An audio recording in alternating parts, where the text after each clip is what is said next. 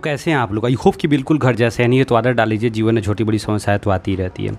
आज जो है हम 3 चैप्टर जो है हिंद चिन्ह में राष्ट्रवाद का आंदोलन जो है ये बहुत ही ज़्यादा इंपॉर्टेंट चैप्टर नहीं है आपके एग्ज़ाम के पर्सपेक्टिव से, इसलिए हम थोड़ा बहुत आपको कॉन्सेप्ट समझा देंगे और उसके बाद जितना इंपॉर्टेंट ऑब्जेक्टिव होगा ना उसको हम आपको बता देंगे, ताकि एग्ज़ाम में अगर ऑब्जेक्टिव आ रहा है तो आपसे छूटे नहीं, ठीक है ना। लेकिन बस ध्यान में आपको यही रखना है कि ऑब्जेक्टिव थोड़ा सा अच्छा से पढ़ लीजिए, कॉन्सेप्ट थोड़ा बहुत रखिए याद, ठीक है ना। और मुख्य रूप से आपको जो ध्यान देना है चौथा नंबर का चैप्टर का ध्यान देना है, इसीलिए हम इसमें ज़्यादा दिमाग आपको ज़्यादा जो है समय इसमें हम आपका बर्बाद नहीं करवाएंगे। बस थोड़ा बहुत कॉन्सेप्ट बताएंगे, उसके बाद ऑब्जेक्टिव बता देंगे, उतना ही काफ़ी है। आप एक नोट्स बना लीजिएगा और उतना ही में बवाल मचा सकते हैं, ठीक है ना। तो चलिए बिना किसी समय गंवाए मिलकर मचाते हैं बवाल विद बहुत सारा सवाल। अब देखिए आपको नाम से पता चल रहा है हिंद चिन्ह में राष्ट्रवादी आंदोलन, यानी हिंद चिन्ह का जो क्षेत्र था वहाँ पर राष्ट्रवादी आंदोलन, यानी वहाँ पर आंदोलन जो चल रहा है वहाँ के उपनिवेशिक सरकार के खिलाफ में। अब रहा बात कि हम थोड़ा सा कम मतलब डिटेल समझते हैं कि हिंद चिन्ह क्या था क्या नहीं था, क्यों वहाँ पर आंदोलन चल रहा था, इसको थोड़ा बहुत हम लोग समझेंगे, फिर ऑब्जेक्टिव की तरफ चढ़ेंगे। देखिए हिंद चिन्ह का सीधा मतलब ये दक्षिण पूर्व एशिया में, अपने एशिया मतलब महादेश में ही पड़ता है। 3 गो देश था, वियतनाम, लाओस और कंबोडिया, ये तीनों को मिला करके हम लोग हिंद चिन्ह कहते थे। अब देखिए हिंद चिन्ह कहने का 2 रीजन है यहाँ पर, हिंद और चीन, यानी हिंदुस्तान और चीन की बात की जा रही है। देखिए वियतनाम में चीन की सभ्यता और संस्कृति का जो है ना वहाँ पर उसके विचारधारा का बहुत प्रभाव था, इसलिए इसको चीन का प्रभाव ज़्यादा था। लाओस और कंबोडिया पर हिंदुस्तान यानी भारतीय संस्कृति सभ्यता का प्रभाव ज़्यादा था, इसलिए दोनों को मिला करके हिंद चीन कहा जाता था। इतना तो क्लियर हो गया एकदम बवाल तरीका से। इसका क्षेत्रफल एग्जाम में पूछ देता है, कहेगा इसका क्षेत्रफल कितना था, 2.80 लाख वर्ग किलोमीटर। बात समझे कि नहीं, लगभग में मिल जाएगा, लगभग 3 लाख भी आ जाता है कभी कभी, ठीक है ना। तो इसलिए ध्यान रखिएगा।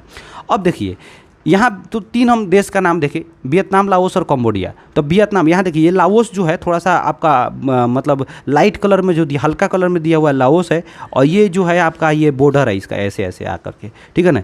ये टोटल इतना बड़ा जो है ये वियतनाम है, ये साइड से ये वियतनाम है। और जो नीचे ये डार्क कलर का दिख रहा है ये भाई साहब आप देखिएगा ये कंबोडिया है। अब देखिए आप कहिएगा सर ये जो वियतनाम ये लंबा चौड़ा जो दिख रहा है इसमें भी यहाँ डार्क कलर है, तो देखिए वियतनाम 3 गो क्षेत्र में बांटा था। सबसे ये जो डार्क कलर ये वाला पार्ट देख रहे हैं, ये वाला पार्ट आप देख रहे हैं, ये वाला था, इसको कहा जाता था तोंगकिन। और बीच वाला जो पार्ट लाइट कलर हल्का कलर में देख रहे हैं, ठीक है ना, इसको अनाम कहा जाता था। ये पतला सा पार्ट है, ठीक है ना, इसको अनाम कहा जाता था।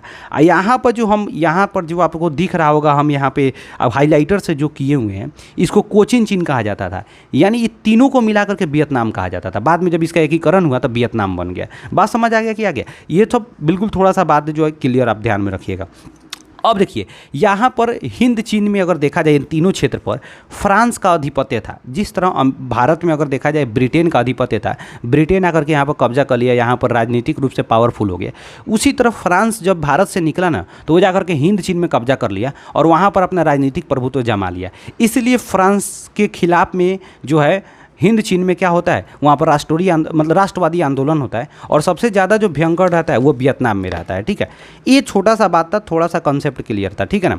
अब आइए थोड़ा सा एक और देखिए, जब एकीकरण के बाद हिंद चीन कैसा था। मान लीजिए एकीकरण के बाद पूरे वियतनाम को एक बना दिया गया, देख रहे हैं यहाँ पर पूरे वियतनाम, यहाँ पर देख रहे हैं अलग अलग कलर का दिख रहा है लेकिन एक कलर का हो गया, यानी पूरा वियतनाम का एकीकरण कर दिया गया। अब बाद में लाओस और कंबोडिया को मिला दिया गया एक जगह, ठीक है ना। लेकिन बाद में फिर इसका मतलब कि विभाजन होकर के लाओस अलग हो गया, कंबोडिया अलग हो गया, ठीक है ना। ये थोड़ा सा इंपॉर्टेंट बात है, आप ध्यान में रखिएगा। अब आइए हम कुछ ऑब्जेक्टिव की तरफ ध्यान देते हैं, महत्वपूर्ण ऑब्जेक्टिव हम लोग देखते हैं, ठीक है ना, जो एग्जाम में पूछे जाते हैं और सबसे ज़्यादा जो है महत्वपूर्ण जो ऑब्जेक्टिव होगा उसी पर हम लोग ध्यान देंगे, ठीक है। और एक नोट्स बना लीजिएगा बिल्कुल, ताकि रिवीजन करने में आपको आसानी होगा। देखिए यहाँ पर क्या क्वेश्चन कर रहा है कि संयुक्त वियतनाम का गठन यानी वियतनाम का एकीकरण किस वर्ष हो गया, तो 1975 ईस्वी में, ध्यान रखिएगा 1975 ईस्वी में हुआ था। अगला क्वेश्चन कर रहा है कि अनामी दल के संस्थापक कौन थे। देखिए अनामी दल के संस्थापक कौन थे, तो ध्यान में रखिएगा अनामी दल का संस्थापक जो थे ना भाई साहब, आपको यहाँ पर अनामी दल जोंगुएन आई, ठीक है ना। अनामी दल के संस्थापक कौन थे, जोंगुएन आई, यानी कौन नंबर आंसर होगा, थोड़ा सा आप यहाँ पर ध्यान देख के रखना है आपको, ठीक है ना। तीसरा कर जेनेवा समझौता कब हुआ था। देखिए जेनेवा समझौता बहुत इंपॉर्टेंट क्वेश्चन है, एग्जाम में आता है। 1954 ईस्वी में जेनेवा समझौता, स्विट्जरलैंड के एक शहर है, ठीक है ना, वहाँ पर ये जेनेवा समझौता फ्रांस और वियतनाम के बीच हुआ था, ठीक है ना। और इसी समझौता में वियतनाम को 2 भाग में बांट दिया गया, उत्तरी वियतनाम, दक्षिणी वियतनाम। एग्जाम में क्वेश्चन पूछ देता है कि किस समझौता के तहत वियतनाम को 2 भागों में बांटा गया, तो जेनेवा समझौता के तहत, ठीक है। अगला, क्रांतिकारी संगठन द्वितान हुई के नेता कौन थे, तो याद रखिएगा द्वितान जब भी हुई पूछेगा, द्वितान हुई तो हो चिन मिन याद रखिएगा। कौन याद रखिएगा, हो ची मिन, ठीक है ना। और इसका जो मुख्य नेता था, मतलब इसका जो अध्यक्ष था वो कुआंग दे था। इसका अध्यक्ष कौन था, कुआंग दे। अब आइए अगला बात, कह रहा है कि वियतनाम के एकीकरण पूर्ण कब हुआ था, यानी वियतनाम का एकीकरण कब हुआ था, वही 1975, यही वाला फर्स्ट वाला जो क्वेश्चन है, ठीक है ना, वही बात कह रहा है 1975। अगर कह रहा है कि वियतनाम स्वतंत्रता लीग का स्थापना कब हुआ था, देखिए 1940 ईस्वी के करीब में, ठीक है ना, 1940-41 के करीब में जापान का अधिकार हो जाता है वियतनाम में, मतलब कि हिंद चीन पर, ठीक है ना। और उसके खिलाफ में जो है ना वहाँ पर वियतनाम स्वतंत्रता लीग पार्टी का स्थापना किया जाता है हो ची मिन के द्वारा, ठीक है ना, जापान के सेनाओं से लड़ने के लिए, ठीक है। अगला क्वेश्चन, दिएन बिएन फू के युद्ध में कौन बुरी तरह पराजित हुआ। देखिए दिएन बिएन फू का जो युद्ध हुआ था ना, ये फ्रांस के साथ वियतनामियों के द्वारा हुआ था, ठीक है ना। इसमें फ्रांस बुरी तरह हार गया था, ठीक है ना। ये 1949-50 में हुआ था ये युद्ध, ठीक है। अगला देखिएगा खूब ध्यान से, इसमें अमेरिका भी फ्रांस को हेल्प कर रहा था, लेकिन फिर भी हार गया फ्रांस। अंकोर वाट के मंदिर का निर्माण किसने किया, देखिए अंकोर वाट का मंदिर का निर्माण करवाने का अगर पूछेगा कौन करवाया था, तो सूर्य वर्मा द्वितीय ने करवाया था, ठीक है ना, 12वीं शताब्दी में, ध्यान रखना है। अंकोर वाट का मंदिर कहाँ पड़ता है, तो कंबोडिया में पड़ता है। अंकोर वाट का जो मंदिर पूछेगा किस भगवान के लिए बना था, तो विष्णु भगवान के लिए। इतना तो क्लियर हो जाएगा ना आपको। चलिए अगला इंपॉर्टेंट बात, अगला करें क्या, लियो हक्सत किसकी राजनीतिक पार्टी थी, देखिए पाथेट लाओ की पार्टी थी, ठीक है ना। और ये लाओस में जो ये पार्टी कहाँ का पार्टी था, तो लाओस का पार्टी था, ठीक है। वहाँ पर जो गृह युद्ध चल रहा था उसके बाद में ये बना।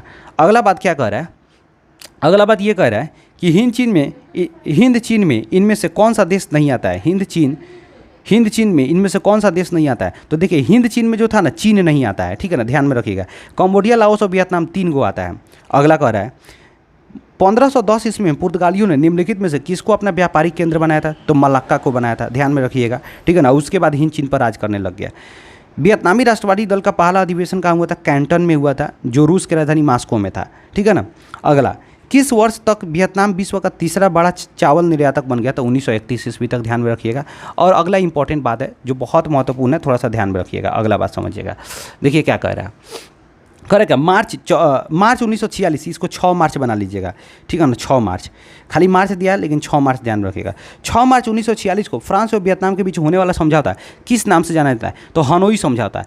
उत्तरी वियतनाम की राजधानी हनोई में ये समझौता होता है। ये समझौता फ्रांस और वियतनाम के बीच होता है, और इसी में फ्रांस जो है ना वियतनाम को गणतंत्र घोषित करता है, ठीक है ना, गणतंत्र घोषित करता है। कब हुआ था, 1946 में। अगला क्वेश्चन देखिए, अगला क्वेश्चन क्या कर रहा है कि खूब ध्यान से समझिएगा, कह रहा है क्या कि माइली गांव की घटना कहाँ हुई थी, तो देखिए माइली गांव की घटना दक्षिण वियतनाम में हुआ था। देखिए माइली गांव की घटना कहानी क्या था कि दक्षिण वियतनाम में एक गांव पड़ता है जिसका नाम माइली था, और वहाँ पर अमेरिकी सैनिक घुस करके वहाँ के महिलाओं को, बच्चों को, बात समझिए, जितने पुरुष था उसको मार दिया, और जो महिला थी, ठीक है ना, लड़कियां थी, उनका बलात्कार किया और उसको गांव में आग लगा दिया, ठीक है ना। और उसमें एक बूढ़ा आदमी बच गया था जो आकर के इस घटना का पूरा विवरण दिया। पूरे विश्व में इसका जो है ना आलोचना होने लगा अमेरिका का, ठीक है ना। और उसी के बाद 5 सूत्री, उसी के दबाव की वजह से जो अमेरिका का राष्ट्रपति निक्सन बना ना, 5 सूत्री योजना लाया था, ठीक है ना, शांति प्रस्ताव के लिए, ठीक है। तो क्वेश्चन आता है कि अमेरिका के किस राष्ट्रपति ने 5 सूत्री योजना लाया था, तो राष्ट्रपति निक्सन। कब, किस घटना के बाद, तो दक्षिणी मतलब कि माइली गांव घटना के बाद हुआ था, ठीक है। अगला क्वेश्चन कह रहा है किसके नेतृत्व में चलाए गए आंदोलन के कारण 1911 में चीन में सत्ता परिवर्तन हुआ था, तो sun यat-sen। चीन का गांधी किसको कहा जाता है, चन्यात-सेन, मतलब sun यat-sen को कहा जाता है, ठीक है ना, ध्यान में रखिएगा। कह रहा है राजकुमार सुवर्णफुमा का संबंध सुवर्णफुमा था, देखिए राजकुमार सुवर्णफुमा जो था ना तटस्थवादी था, ठीक है ना, तटस्थवादी, ध्यान में रखिएगा, लाओस से इसका संबंध है, ठीक है ना। अगला क्वेश्चन करा क्या, वियतनामी कम्युनिस्ट पार्टी के संस्थापक कौन थे, बहुत ही इंपॉर्टेंट क्वेश्चन है, कहेगा वियतनामी कम्युनिस्ट पार्टी, तो हो ची मिन है, ध्यान में क्या रखिएगा, हो ची मिन है। अगला क्वेश्चन करा क्या, इनमें से कंबोडिया का पुराना नाम क्या था, तो देखिए कंबोडिया का अगर प्राचीन नाम पूछेगा तो वहाँ पर याद रखिएगा, प्राचीन नाम पूछेगा तो कम्बुज याद रखिएगा, ठीक है ना। आप पुराना कहेगा तो कम्पुचिया, ठीक है ना। वर्तमान में तो कंबोडिया नाम ही है। अगला क्वेश्चन कह रहे क्या, प्राचीन काल में इनमें से किस क्षेत्र पर चीन का प्रभाव था, तो किस क्षेत्र पर चीन का प्रभाव था, तो याद रखिएगा यहाँ पर तोंगकिन पर भी था, कम्बुज पर नहीं था और नाम यानी क और ग दोनों पर था, ठीक है ना। आंसर नंबर घ हो जाएगा। अगला क्वेश्चन बहुत ही महत्वपूर्ण क्वेश्चन है, देखिएगा। कह रहा है हो ची मिन मार्ग किस देश से होकर गुजरता है? तो हो ची मिन मार्ग लाओस, कंबोडिया, वियतनाम तीनों से होकर के गुजरता है, इसलिए तीनों हो जाएगा। बाओदाई कहाँ का शासक था? तो दक्षिण वियतनाम। देखिए खूब ध्यान से, बाओदाई दक्षिण वियतनाम का शासक था और उत्तरी वियतनाम का पूछेगा शासक कौन था? तो हो ची मिन है, ठीक है ना। क्वेश्चन कहेगा कि दक्षिण वियतनाम का राजधानी कहाँ है? तो सैगॉन, सैगोन। दक्षिण वियतनाम का राजधानी सैगोन और उत्तरी वियतनाम का राजधानी हनोई, उत्तरी वियतनाम का राजधानी हनोई, ठीक है ना। ये थोड़ा सा आप ध्यान में रखिएगा। अगला क्वेश्चन, भारतीय संस्कृति का प्रधान केंद्र था? तो भारतीय संस्कृति का प्रधान केंद्र अगर पूछेगा, ठीक है ना, तो ध्यान रखिएगा कम्बुज। भारतीय संस्कृति का प्रधान केंद्र कम्बुज। कन्फ्यूशियस कौन था? तो याद रखिएगा विचारक और दार्शनिक था। कहाँ का था? तो चीन का था। अगला क्वेश्चन, वियतनाम में लोकतांत्रिक गणराज्य की स्थापना किस वर्ष हुई थी? तो 1945 में। वियतनाम में लोकतांत्रिक गणराज्य की स्थापना कब हुई थी? 1945। अगला क्वेश्चन समझिएगा, हो ची मिन को किस नाम से जाना जाता है? न्युवन आई कोक। हो ची मिन को किस नाम से जाना जाता है? न्युवन आई कोक। एग्जाम में ये क्वेश्चन पूछा हुआ है। करेक्ट। फुंगसाली एवं होऊ फ्रांस, होऊ ऑफ फ्रांस का संबंध कहाँ से था? तो उत्तरी लाओस के प्रांत के नाम से जाना जाता है। ये फुंगसाली एवं होऊ ऑफ फ्रांस एक जगह का नाम है जो उत्तरी लाओस में पड़ता था। अगला क्या कर रहा है क्वेश्चन, बहुत महत्वपूर्ण क्वेश्चन है, ध्यान दीजिएगा।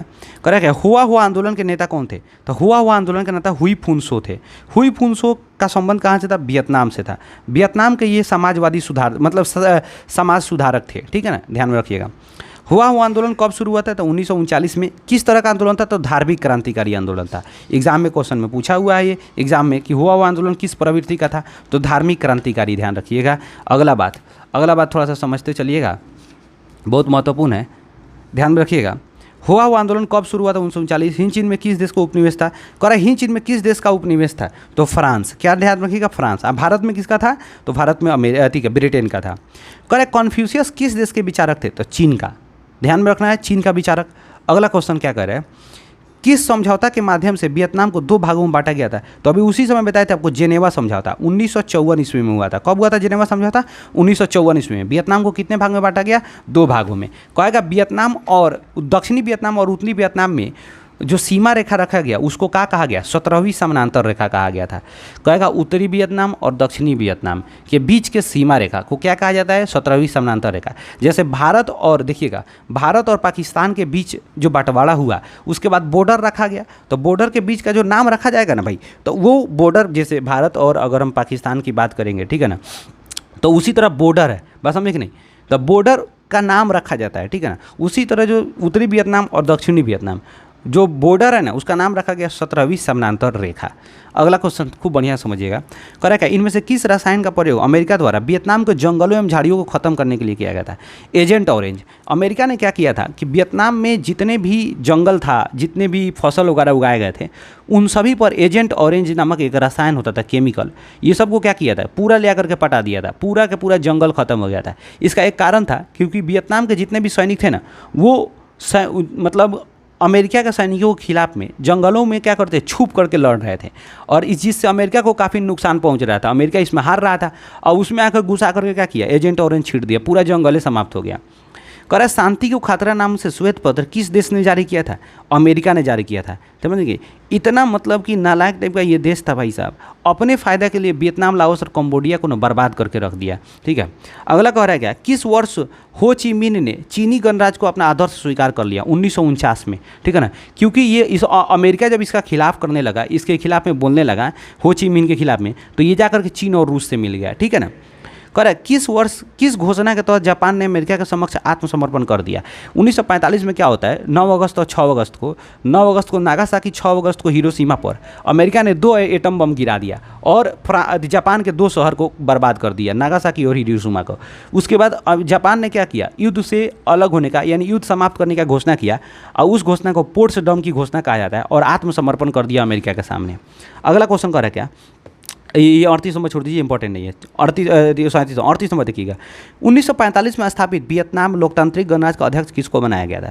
यानी 1945 में जो वियतनाम को लोकतंत्र गणराज्य घोषित किया गया, उसका जो है अध्यक्ष किसको बनाया गया था? हो ची मिन को बनाया गया। कह रहा है ख्यू सम्फान एवं पोल पोट किस विचारधारा को मानते थे? तो मार्क्सवादी विचारधारा को मानते थे, ठीक है ना, ध्यान में रखिएगा। कंबोडिया गृह युद्ध कब समाप्त हुआ था? तो कंबोडिया का गृह युद्ध अगर भाई साहब एग्जाम में पूछ दिया, क्योंकि बार बार ये एग्जाम में क्वेश्चन लगभग 3 में 4 में क्वेश्चन पूछा हुआ है, तो 1975। अब वियतनाम के गृह युद्ध भी पूछेगा तब भी 1975, ठीक है ना, तो ये ध्यान में रखिएगा। अगला क्वेश्चन, सुफन वोंग किस नाम से प्रसिद्ध था? तो पाथेट लाओ, इसका संबंध लाओस से था, ठीक है ना। तो अब ध्यान से आपको क्या करना है, जितना क्वेश्चंस आपको बताए, हम 40 क्वेश्चंस को बताएं, इन सभी क्वेश्चंस को थोड़ा सा अच्छे से समझ लीजिएगा, क्योंकि एग्जाम में जो है ना बार बार ये क्वेश्चन पूछा जाता है, ठीक है ना। एक दो क्वेश्चंस और है, ठीक है ना, जो आपको एग्ज़ाम में पूछता है, कभी कभी एग्ज़ाम में पूछ देगा आपसे क्वेश्चंस, कहेगा क्या, किस युद्ध को टेलीविज़न युद्ध कहा जाता है, ठीक है ना। तो यहाँ पर वियतनामी युद्ध को टेलीविज़न युद्ध कहा जाता है, एग्ज़ाम में बार बार पूछता है, ये बात याद रखिएगा, ठीक है ना। तो चलिए, आई होप कि ये वीडियो बहुत ही इन्फॉर्मेटिव होगा, बहुत ही अच्छा लगा होगा आपको। वीडियो अगर अच्छा लगा हो तो लाइक कीजिए, शेयर कीजिए दोस्तों के पास, चैनल को कंपल्सरी सब्सक्राइब कीजिए। मिलते हैं नेक्स्ट वीडियो में बवाल मचाते हुए, और चौथा चैप्टर बिल्कुल बवाल तरीका से हम लोग पढ़ेंगे, ठीक है ना, एकदम बवाल मचा करके, ठीक है, क्योंकि ज़्यादातर क्वेश्चन उसी से आएगा आपको, ठीक है ना। चलिए मिलते हैं नेक्स्ट वीडियो में, तब तक के लिए जय हिंद।